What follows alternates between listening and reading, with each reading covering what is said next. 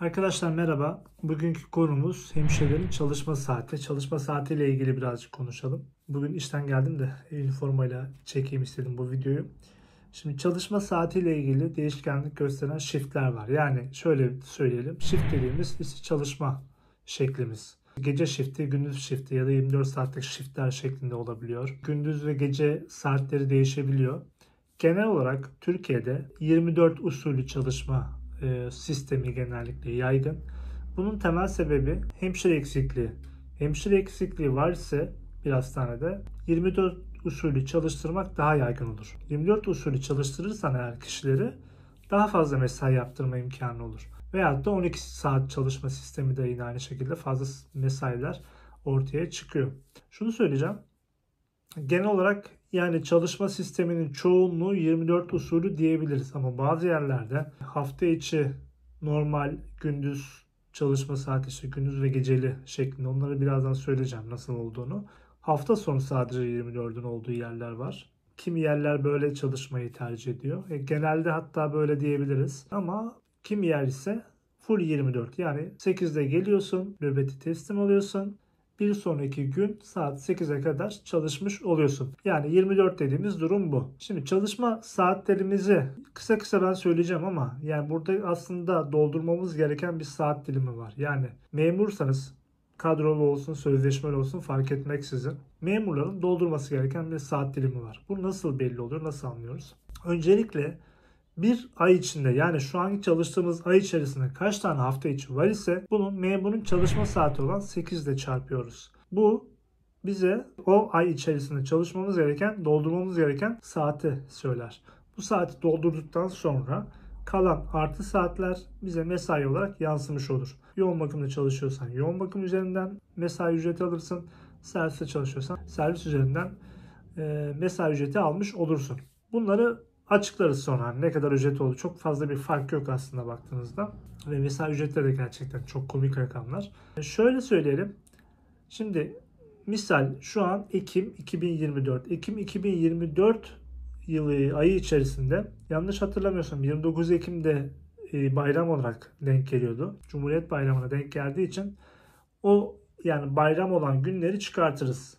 Arife gibi günleri ise saat 1'e kadar olanı normal çalışma sayarız. Birden sonrasını normal yine onu çıkartmış oluruz. Yani 8 saat var ise 8, 9, 10, 11, 12, 1. Yani 5 saati normal çalışmamız gerekir. 3 saat olan 3 saat kısmı da normal izin olarak kullanmış oluruz. Bu da ne olur? Mesaiden düşmüş olur.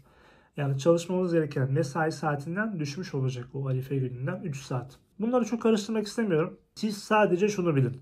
Hafta içinde gelen bayramlar, resmi tatiller mesaiden düşer. Ne demek istedim?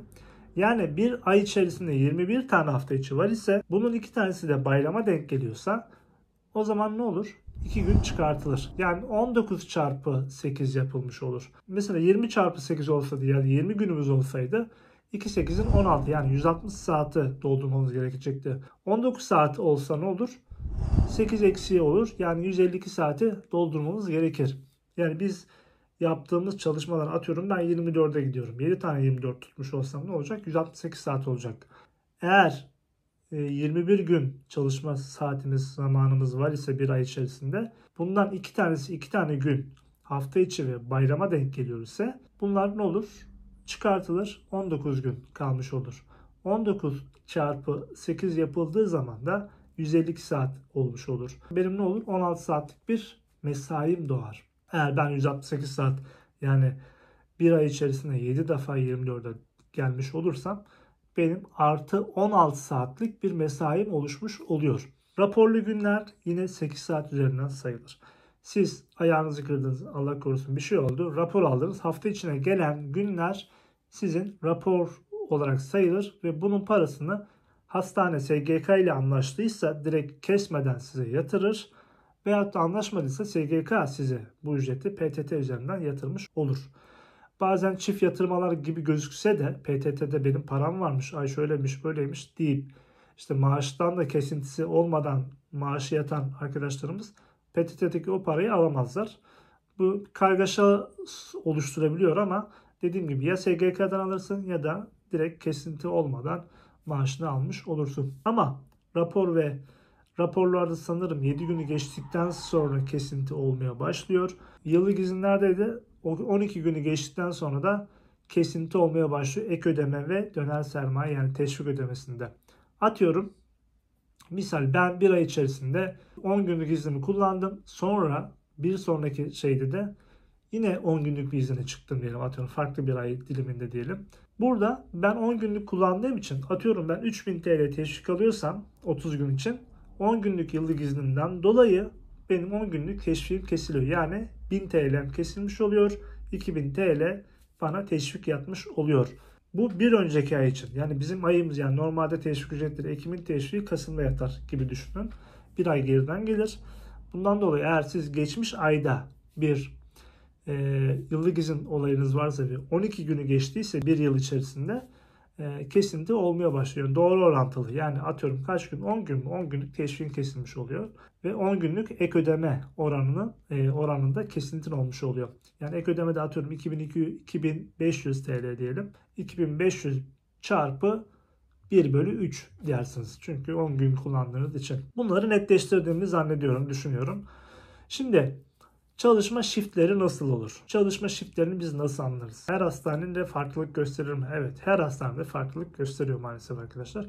Hatta bazı hastanelerin yoğun bakımda farklı çalışma sistemi, servislerinde farklı çalışma shiftleri, atıyorum poliklinikler zaten belli. Onların çalışma sistemi değişmiyor. Yani değişiklik olabilir. Servisler kendi aralarında değişiklik gösterebilir gibi.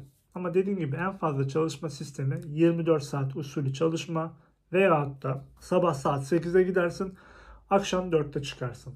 Bu 8 saatlik çalışma olur. Gececi gelir, gececi saat 4'te gelir, sabah saat 8'e kadar çalışmış olur. Şimdi şurada bir ayrıntı var. Tabii ki biz geldiğimiz gibi atıyorum ben gece nöbetine gideceğim. Misal saat 16'da geleceğim. Nöbet teslim alacağım arkadaşımdan. Arkadaşım bana hastayı anlatacak. Şöyle oldu, bunu yaptık, şunu yaptık, şu tedavileri oldu, şöyle oldu, böyle oldu derken tabii ki zaman geçiyor. Atıyorum aradan 20 dakika geçti ya da yarım saat geçti. Bunu devlet hastaneleri vermiyor. Yani bazı üniversite hastaneleri o geçen süreyi, benim çalıştığım üniversite hastanesi de keza öyle, o yarım saate ekliyor. Yani bizim çalışma shiftimiz gündüz için 8'den başlayıp 16.30 gibi hesaplanıyor. Ama saat 16'da geliyor gececiler. Yani yarım saatlik bir teslim süresi ücreti verilmiş oluyor. Mesaiye yansıyor. Gece ise 16'dan başlayıp saat 8.30'a kadar olarak süre kabul ediliyor. Buradan da 16.5 saatlik bir mesai olmuş oluyor. Yani oradaki yarım saatler aslında çok önemli. Neden? Ben orada zaman harcıyorum. Orada hastayı teslim ediyorum. Bunun için sonuçta emek harcamış oluyorum ve zamanım gitmiş oluyor. Yani çalışıyorum bir nevi. Bundan dolayı o yarım saatler ekleniyor. Benim çalıştığım üniversite hastanesinde. Ama dediğim gibi devlet hastanesinde bu tarz bir şey yok maalesef. Ki devlet hastaneleri 24 saatlik nöbetlerde düşündüğünüzde atıyorum saat 8'de teslim vermeye başlıyorsunuz. Sorumlu hemşireyle beraber teslim oluyorsunuz ve teslimler uzun sürüyor. Hemen hemen orada 45 dakika, 1 saat gibi kayıplar olabiliyor. Bu da aslında ciddi bir sıkıntı. Yani düşünün, ayda 7 defa böyle teslim vermiş olsanız 7 saat. Her ay boyunca, yani 10 ay boyunca 70 saat olur.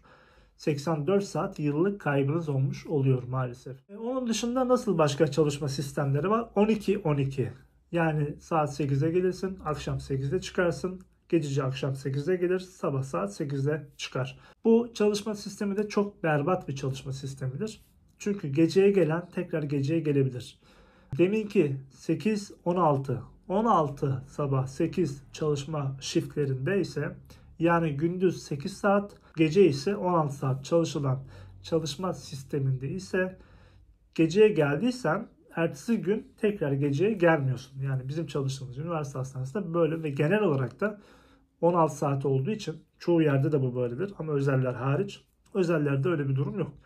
Yani özelde geceye geldiysen atıyorum saat 4'te, sabah saat 8'de çıkıyorsun. O çıktığın günün akşamı, yani saat 4'te tekrar geceye gelme ihtimalin var ki genelde öyle yaparlar. Çok çalışma saatleri yani oluşur. Çok fazla saat çalışırsın. Genelde işte 250 saat, 300 saat çalışan yerler var. Ama dediğim gibi üniversite hastanesinde, yani benim çalıştığım yerde sistem bu şekilde. Yani ben geceden çıktığım zaman, mesela yarın ben geceye gideceğim. Saat 16'da nöbeti teslim alacağım arkadaşımdan. Ertesi günde nöbeti teslim edeceğim. Nöbeti teslim ettiğim gibi, atıyorum pazartesi gideceğim, salı çıkacağım. Salı günü boşum, gecesi boşum. En iyi ihtimalle bana ertesi günü gündüz yazabilirler. Yani çarşamba günü gündüze gitmiş olabilirim. Yani salı gününün gündüzü ve gecesi boş olmak zorunda. Böyle bir sistem var. Bu genelde devlet hastanelerinde de böyle diyebiliyorum. Ama 12-12 çalışma sistemi çok berbat bir çalışma sistemidir. 24 çalışma sistemini de kimisi beğenmez. Kimi yerlerde gerçekten çok zordur. Bunu yani o tempoya dayanmak çok zordur. Ama kimi yerde gerçekten lay lay lom gibi güzel, gayet güzel geçer. Kimi arkadaşlarımız 9 saat uyuyabilirken kimi arkadaşlarımız hiç uyumayabilir 24 saat usulü çalışmalarda. Bir de şu soru soracağınızı merak ediyorum. Biliyorum daha doğrusu. 24 saat çalışmak yasal mı? 24 saat usulü çalışmak yasal değil. Bunu nasıl zeminini hazırlıyorlar? Bunu nasıl yasal hale getiriyorlar?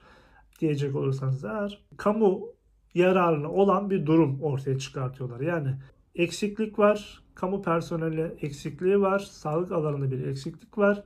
Bununla ilgili 24 saat usulü çalışmak yasallaştırılmış oluyor. Kanun hükmünde kararnamelerle ya da başhekimin kamu yararına olduğuna dair bir yazı çıkarmasıyla da bu olay aslında kanunlaşmış oluyor. Yani yasal olmaktan çıkıyor. Yani yasal hale gelmiş oluyor daha doğrusu. Bundan dolayı arkadaşlar, hani şimdi soracaksınız, dedim ya 24 saat çalışmak istemiyorum işte. Aslında 24 saat çalışmak anayasaya aykırı bir durum. Çalışma hukukuna aykırı bir durum. Bir kişiyi 11 saat çalıştırabilirsiniz. Ama diyor, yani ihtiyaç olan mesleklerde, ihtiyaç olan alanlarda bu çalışma saatleri esneklik gösterebilir gibisinden farklı ifadeler var. Bundan dolayı 24 saat çalışma usulü Türkiye'de yasal ama yasal değil yani. Ne demek istediğimi anlayın artık. Böyle bir sistem var. Dedik 8, 16, 16, 8 çalışma usulü var. 12, 12 yani saat 8'de gelip 8'de çıkmak, akşam 8'de gelip sabah 8'de çıkma olayı, yani 12 saatlik çalışma sistemi olan bir sistem var. Onun dışında sabah 8, akşam 17'de çalışıp işte gecelerde 17'de gelip sabah 8'de çıktığı bir sistem var. Onun dışında sabah 8, akşam 18, akşam 18'de gelip sabah saat 8'de çıkan bir sistem var. Genelde en güzel, yani en güzel demeyelim, en çok kullanılan çalışma sistemleri bu shiftler, bu çalışma sistemleri diyelim. Saat bazında baktığımız zaman dediğim gibi herkesin saat hesaplanır. Atıyorum ben 24 tuttuysam 7 tane 24 168 yapar. Bir ay içerisinde 21 tane hafta içi var ise 21 çarpı 8'den 168 olur. Ben 7 defa 24'e gelmiş olurum ve mesaimi doldurmuş olurum. Yani 7 tane 24'e gelip benim otomatikman ne oluyor? 7 defa geldiğim için 23 günüm boş oluyor. Ama şunu şöyle düşünmeyin. 23 gününüzün boş olması demek gerçekten aslında iyi bir çalışma sistemi bu arada. Bak, bunu şey demiyorum. Ama bunların birer tane günlerini silmeniz lazım. Neden? Çünkü onları, o günleri aslında dinlenmeye ayırıyorsunuz bir nebze. Şaftınız kayıyor. Yani gerçekten böyle bir durum. 7 günü de oradan çıkarmanız lazım ki 14 gün. Yani 16 gün sizin boş günleriniz olmuş oluyor. Şöyle bir durum var mı? İşte bir gün çalışıyor, 3 gün yatıyor. Bir gün çalışıyor, 5 gün yatıyor. Evet, böyle durumlar var mı? Var. 24 tutarsın, bir gün çalışırsın, araya 3 gün genelde boşluk açılır zaten. Ama bazı durumlarda gün aşırı dediğimiz 24 tutarsın, bir gün boş olur. Yani bir 24 saat boş olursun, evde dinlenirsin artık. Sonraki gün yine 24'e, yani 2 gün sonra 24'e gelmiş olursun. Bu gün aşırı diye geçen. Gün aşırılar gerçekten insanı çok zorlar. Arda arda gün aşırı koymak gerçekten sıkıntıdır. Dikkati bozar, insanı yorar, dikkatini gerçekten çok dağıtır diyelim. Zaten uykusuzluk çekiyorsun bu meslekte. Bu tip çalışma, özellikle yoğun ortamlarda çalışmak gerçekten zorluyor ve ki meslek hastalıkları zaten oluşuyor. Diğer bir sistem ise, diğer bir çalışma düzeni ise Dediğim gibi 12 saatlik düzen. 12 saatlik düzen de çok kötü. Geceden çıkıyorsun, bir sonraki geceye gelebiliyorsun. Sonra bir geceye geliyorsun. Ki zaten böyle 3 defa geceye gelmiş olsan çok büyük sıkıntı yaşarsın. Dediğim gibi 3 gün boşluk, 5 gün boşluk. 5 gün boşluk nasıl açılabilir? 24 olursun. Araya 5 gün boşluğun. Yani genelde şöyle bir yasa, yani yasa değil de bir standart belirlemişler. İşte en fazla 5 gün ya da kimi yer en fazla 4 gün boşluk açabilirsin şeklinde. Kimi yer 7 gün açan yerler bile var. Yani bu kurumdan kuruma değişiklik gösteriyor. Bu sebeple kimi yer işte 3 gün boşluk açabilirken kimi yer 7 gün açabiliyor. Yani sen bir gün çalışıyorsun, 7 gün izin yapıyorsun, tekrar 24'e geliyorsun. Böyle çalışan yerler de var. Tabii bunların ne oluyor? Diğer çalışmalarını sıkıştırmış oluyorsunuz ki araya 7 gün açabilirsiniz. Ama genelde 7 tane 24 tutup 168 saati dolduracaksan eğer bu sebepten dolayı bir gün çalışıp 3 gün boşluk açması gayet normal bir durum. Ama bu şekilde çalışmayıp hep devamlı gün aşırıya gelenler de var ya da 2 günde bir gidenler de var. Bunlarda da artı mesailer gerçekten çok artıyor. 128 saate kadar genelde çalışıyorlar. Yani 168 artı 128 daha çalışıyorsun. Bu da ciddi bir efor sarf etmene ihtiyaç, yani ciddi bir efor sarf etmen gerekiyor. Bundan dolayı da çok yorucu. Evet, mesain çok fazla oluyor çünkü 128 saat çarpı 141 TL, yani yoğun bakımda çalışıyorsan riskli birimde mesai paran gerçekten iyi oluyor. Ben bunu yani şey yapıyorum, kötü demiyorum. Ama bu tarz çalışmak gerçekten çok yorucu. Bunu da bilin. Yani öyle kolay bir olay değil. Her insan bunu kaldıramaz. Artı zaten mobbing var, şiddet var, çalışma şartları çok kötü, uykusuzluk var, yeme içme bozukluğu var. İnsanlar belki bunun farkında değil. Hep uykusuzluktan biz dem vuruyoruz ama uykusuzluk artı yeme içmeyi de etkileyen bir sistem, yani bir sıkıntı. Bağırsakla ilgili, yani işte atıyorum üşütüyorsunuz çünkü kimisi ameliyathanede, kimisi yoğun bakımda çalışıyor. Ciddi sıkıntılar var. Burada ben size çalışma saatlerinden birazcık bahsetmiş oldum.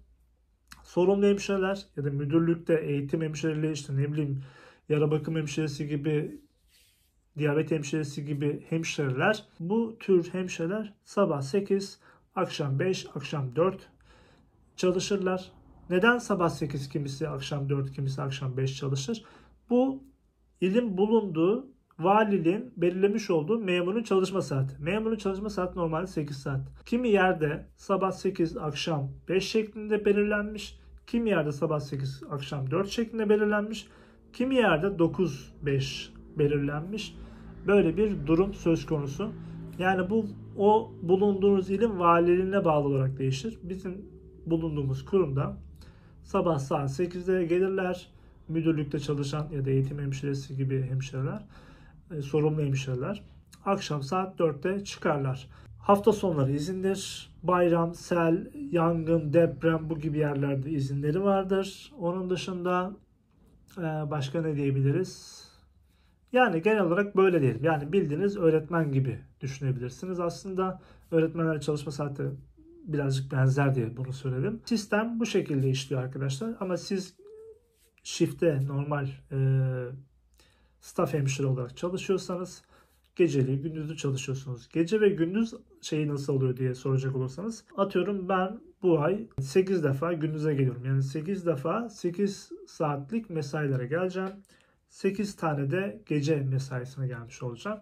Bunların saatleri toplayacağız. O ayın içinde bulunan toplam hafta içi çarpı 8 yapacağız. Çıkan sonuçtan birbirini çıkartıp artı kalırsa da mesaim olarak yansımış olacak. Dediğim gibi bir gün çalışıp 5 gün yatıyorsunuz be kardeşim. Tabiri doğru mu? Evet doğru, ama bu bir ay içerisinde ya bir defa ya da 2 defa olabilecek bir şey. O arkadaşımızın çalışma ortamı gerçekten hani mesai yapmıyordur, çok rahattır diyebiliriz. Ama çoğunlukla hemşirelerin %80'i diyelim bu tarz çalışma sistemi de çalışmıyorlar. Yani genelde daha yoğun çalışıyorlar. Gün aşırılara gidiyorlar ya da 2 günde bir 24'e gidiyorlar. Sistem böyle. Yani ben en şeffaf şekilde size bunu açıklamaya çalıştım.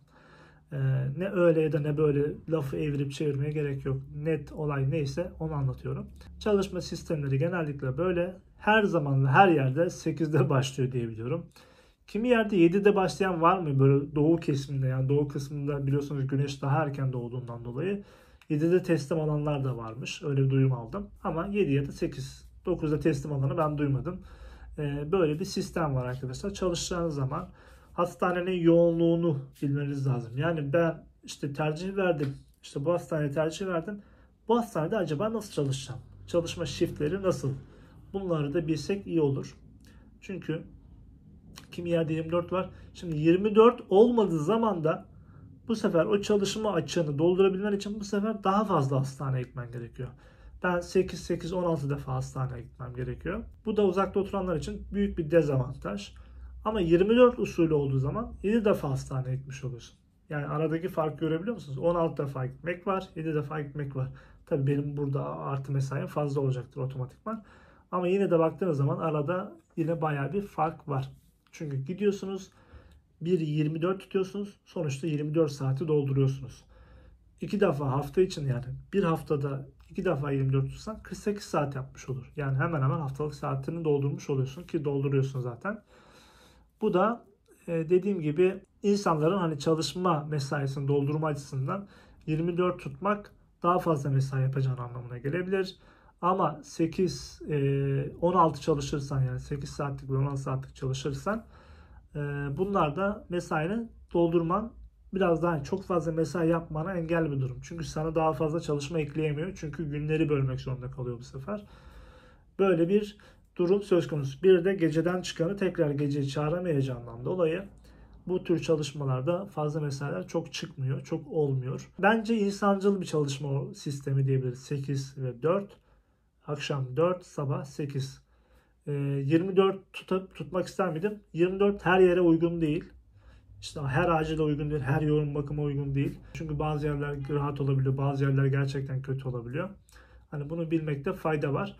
Dediğim gibi dinlenme konusunda, uyuma konusunda şöyle bir durum var. Yani uyumak yasal mı? Uyumak aslında yasal değil ama 24 saat bir insanın uyumadan durabilmesi insani değil. Bu da şeyde geçmiyor. Yani atıyorum, evet 24 saat usulü çalışmaya uygundur şeklinde, atıyorum kamu yararınadır diye bir şey çıkıyor ama bunun yanına 24 tutanın şu kadar saat çalışması ya da şu kadar saat uyuması da uygundur diye bir tabir yok. Yani bu hep işçinin yanında olmadığını, çalışanların yanında olmayan bir sistem olduğunu zaten gösteriyor. Ama dediğim gibi 24 saat usulü çalışıyorsanız en az bir 24 saatlik boşluğunuz, uyuma zamanınızın olması gerekir ki hata yapmayasınız. Ama genelde zaten meslektaşlarım uyuyor. Hekimler daha fazla mı uyuyor? Evet, hekimler daha fazla uyuyor. Bunu herkes biliyor zaten. Şimdi burada bunu söyleyeceğim ama insanlar diyecek, ya nasıl oluyor, ben uyumuyorum. Sen uyumuyorsan %80'inin uyumadığı anlamına gelmiyor. Biz bunu çok iyi biliyoruz zaten. Hekimlerin hemşirelerden daha fazla uyuduğunu. Ama tabii bu uyuma sisteminde body sistemi oluyor. Sen body'ne teslim etmiş oluyorsun hastanı. Yani herhangi bir riskli bir durumda gidip uyuma şansın yok tabii ki de. Yani riskli olmayan bir durum esnasında gece genellikle olan bir durum. Gece hastalar daha stabil olur. Düz ortam daha stabil olur. Bu şekilde uyumaya gidersin. Ama dediğim gibi diğer türlü hastam çok kötüdür, ben illa uyuyacağım diye bir durum yok. Uyumadığınız dönemler de vardır ve olacaktır da. Dediğim gibi sistem böyle arkadaşlar. Türkiye'de genelde mola sistemi daha fazladır. Yani Almanya'da mola sistemi kısıtlıdır ve sınırlıdır. Ama Türkiye'de sık sık mola yapıyoruz. Sigara molası, namaz molası mesela. Benim çalıştığım yerde hiç namaz kılanı ben görmedim. Namaza gideni falan görmedim ama bu İç Anadolu ya da Doğu kısmında biraz daha fazla. Bunu istismar edenler var mı? Tabii ki de var. İnsanın olduğu yerde istismar her zaman vardır. Namazı istismar edenler, sigarayı istismar edenler, sigara içmeyenler daha az molayı ya da namaz kılmayanlar belki de hani sonuçta gidemiyor falan. Bu tarz durumlarda oluyor mu? Oluyor. Yani bu insana bağlı bir durum. Bunları söylemiş olalım. Benim anlatacaklarım kısaca değil, uzunca bu kadar. Umarım faydalı olmuştur. Görüşmek üzere. Bugün hemşirelerin, daha doğrusu yani genel olarak hemşirelerin diyelim, diğer birimler de hemen hemen böyle çalışıyor ama mesela paramedikler yine dediğim gibi 24 saat usulü çalışıyor. Hekimler 36 saat çalışıyorlardı. Onların da kısıtlılar bir hekim ölümünden dolayı. Öyle hatırlıyorum. 24 saat usulüne döndüler. Kimi yerde, bazı yerlerde daha uzun çalışanlar yine var. Kısaca diyeceklerim bunlar. Görüşürüz. Kendinize iyi bakın. Farklı bir konuyu işlemiş olacağız. Şimdilik bu kadar. Merak ettiklerinizi yorumlara mutlaka yazın. Abone değilseniz mutlaka abone olun. İlginizi çekecek konulardan bahsedeceğimi düşünüyorum, tahmin ediyorum. Yani mutlaka sayfada, kanalda ilginizi çekecek konular vardır. Beğenirseniz, yorum yaparsanız da sevinirim. Görüşmek üzere. Kendinize iyi bakın. Bay bay.